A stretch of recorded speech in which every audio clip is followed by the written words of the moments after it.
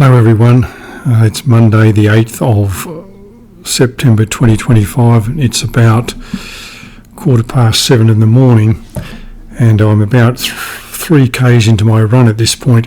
I had already made another video and I've used that footage for some other purpose, but I had recorded this audio live and there was lots of wind noise on Monday. Wind gusts of 20 kilometres an hour blowing right in my face at various points, so there was lots of wind noise in the camera, and it makes it hard for you to be able to hear what I'm saying at some points.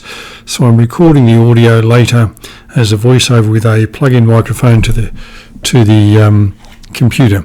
So I'm just letting you know that rather than you thinking, well, geez, doing this run really easily. So I'm on a morning run, as I said. I've got about 3 and a bit k's to go before my turnaround point, and then I'll head back to where I started from, giving me a total of about 10 and a half k's, I think. And I'm going to talk about running. And I should say at the beginning, I'm not a running coach, I'm not a dietitian, I'm not a nutritionist, I don't have any expertise in biomechanics or any of that sort of stuff. And anything I say here is purely my own personal experience and purely things that I do. It doesn't mean I don't mean to disparage or discredit or demean anything that anybody else does. Ultimately, whatever you do that works for you is fine for you. And there are lots and lots of highly qualified running coaches and people like that who will be able to design all sorts of programs for people who want those things.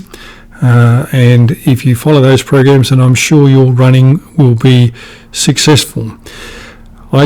In this video, I'm going to talk about some of the things that I do, and you're welcome to adopt any of them or none of them or some of them, and you're welcome to comment on anything that I have to say. Remember always to comment on the content rather than anything about me personally. We don't know each other, so let's not make assumptions about it. Let's just talk about the content of the video. So I guess people run for all sorts of reasons, and the main reason I run is because I like doing it. I like the idea of being out like this on a path, whether it's a footpath or a running track or a cycling track or something like that. I mostly run on made paths, concrete paths like this, or cycling tracks. Sometimes I run on the roads. I don't do a lot of trail running and I don't do a lot of bush running. I have done that a few times, especially when I'm in Launceston, and I've had a couple of falls because of the unevenness of the ground and not looking where I'm going, perhaps, and not lifting my feet up enough. But it's not that deters me, it's that I just don't like that surface. I also don't like running on grass for some reason. I don't like the feel of grass under my feet, even though I wear shoes, of course. I just don't like the feel. So I mostly run on made paths, footpaths, cycle tracks, and that sort of thing.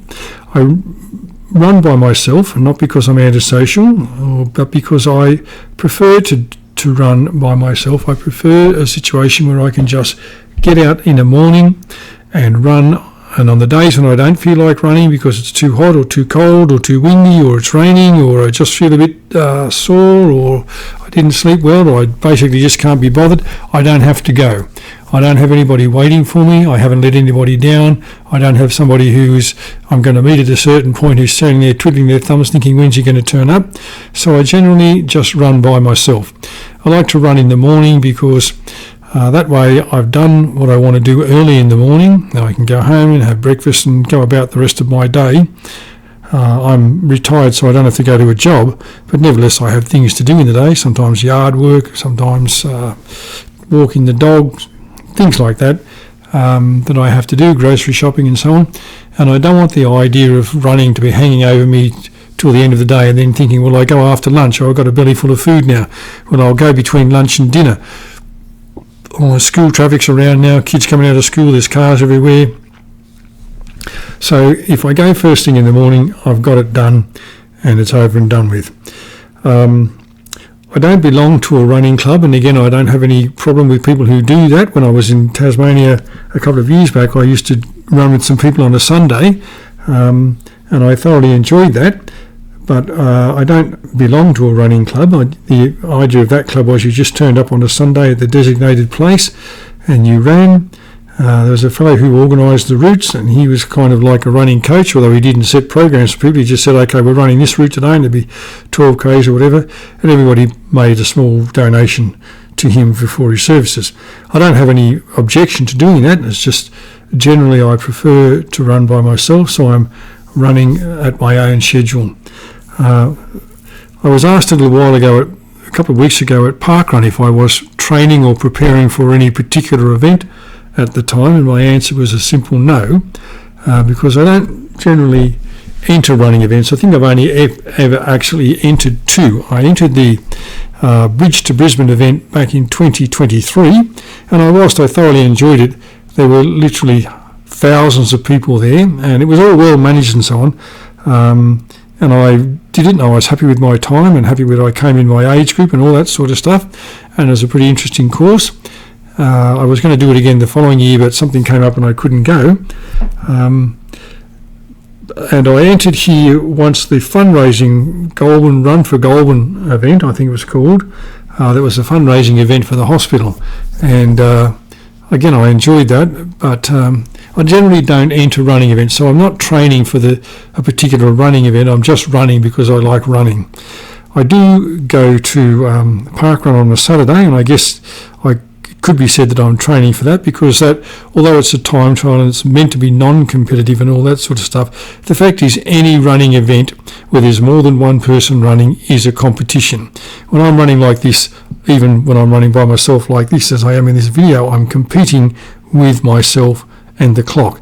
If I'd run this course the day before, I'd be thinking to myself, well, can I run it faster today than I did yesterday? Can I get a better time than I did yesterday? Will my pace be better? Will my lap time for this kilometre from here to the next kilometre marker be better than it was yesterday? There's a bit of an uphill section coming shortly that I know about because I run it often, and I'd be talking to myself and telling myself, you can get up this here, you can get up, it's only a short slope and so on, and before you know it, you're on top of it. So even with an event like this, you are competing, and you're competing with yourself. At a thing like Parkrun, which although they say, as I said, it's non-competitive, it is competitive because there's somebody in front of you and there's somebody behind you. And I don't know about every other runner, but I know that there's a person in front of me and I'm trying to catch them. I know that sometimes I'm not going to. They're a long way in front of me, and I know that I'm not going to catch them. They might even be a short way in front of me, and I still know that I'm not going to catch them because I just haven't got the legs, or I haven't got the energy, or whatever it is. And I know that there's a person behind me.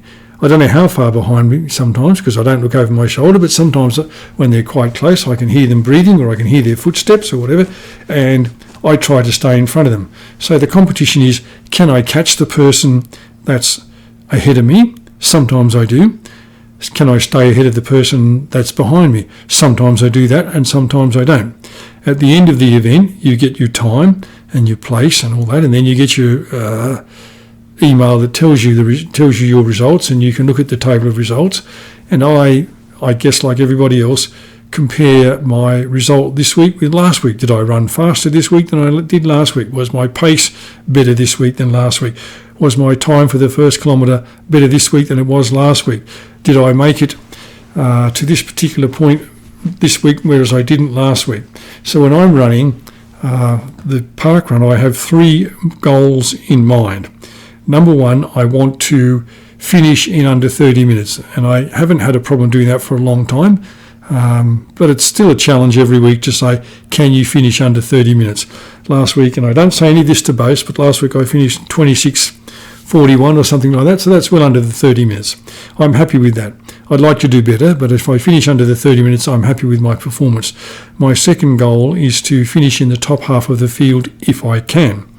And mostly I achieve that one as well. My third goal is to say I want to pass the 2 kilometre marker on the track before the first person is on their way back, which means they've run to the turnaround point and they've coming back. So they probably run something like 2,800 metres or 2.8 kilometres by the time they pass me going back. And it just seems to me that that's a marker or a milestone, for want of a better word, of saying, can you get to the 2 kilometre marker before the first person who set off at a pretty fast speed has got to the turnaround point, turned around and come back and passed you. And sometimes I achieve that one and sometimes I don't. So there is an element of competition in the weekly park run for me, as I'm sure there is for everybody else. One of the things that attracts me about running, or one of the reasons that I like running, is that it is something you can do at almost no cost. I don't have to pay team membership, I don't have to pay club fees, I don't have to pay insurance or any of those sort of things that are part of a team sport. And I'm not knocking those things, I'm just saying that if you play a team sport, there are fees and costs and expenses that you have to pay. If I want to run, I can literally walk out my front door and I can start running. I need very little equipment. I need a singlet or a top of some sort, or I could run without one, but in winter I'd be foolish to do that, so I need a top of some sort, a pair of shorts and some shoes. Now, there are people who say you need 3, 4, 5, 6 pairs of shoes or more. In fact, the number of pairs of shoes you have is the number you already have plus one more. I actually have one pair of shoes for running and another pair of running shoes, or joggers if you like, or athletic shoes, whatever you want to call them, that I walk around in all the time. I use the same shoes for running all the time, and they're relatively inexpensive. I can't remember how much I paid for them, $150 or something. So they're relatively inexpensive. They're not Kmart Jolly Joggers, but they are not the Magic shoes or the carbon fibre ones either.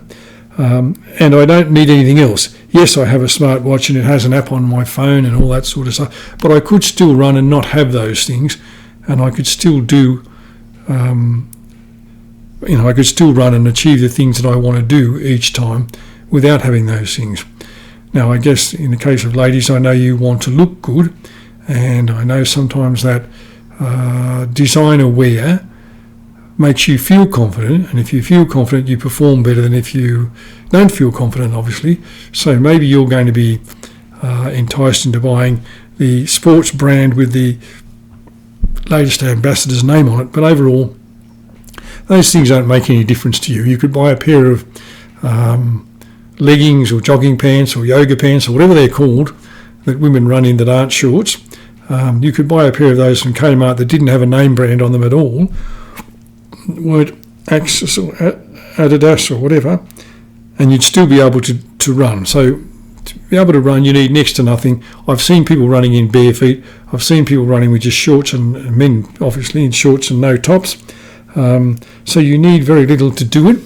And yes, you can get sucked in and you can buy all the magic, you can buy all the technology, and you can buy the magic shoes and the compressions and all that sort of stuff. And I'm not knocking people who wear those things. I'm just saying I don't have those things, and you could run if you didn't have any of those things.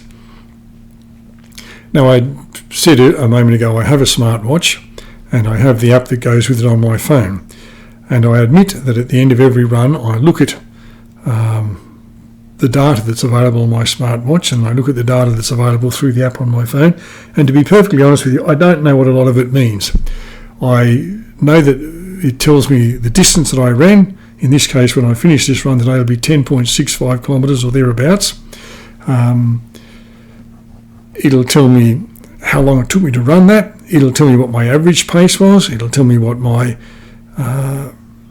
steps per minute was, the lowest steps per minute, so my cadence, steps per minute at the lowest rate and steps per minute at the highest rate. And it'll tell me what my lap times were for each kilometre of the run. And I look at all that stuff. And then I look at it and I go, okay, and I move on.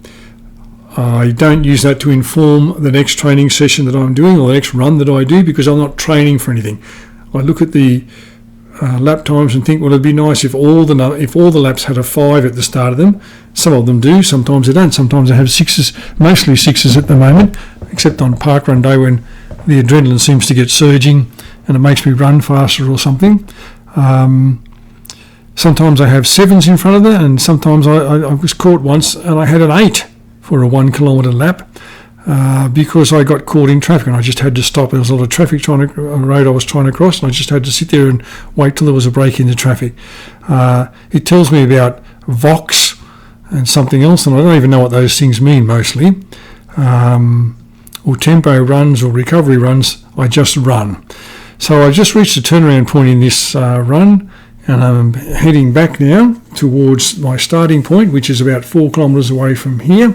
And I'm going to try and maintain that pace. I'm just having a look at my data on my smartwatch to see where I'm up to and so on. Thank you for watching. If you have an opinion or a thought about this, or you want to share your own experiences at running, please do so in the appropriate place. And when I become aware of those things, I will comment on them. Good luck with your running, and I might see you around the track sometime.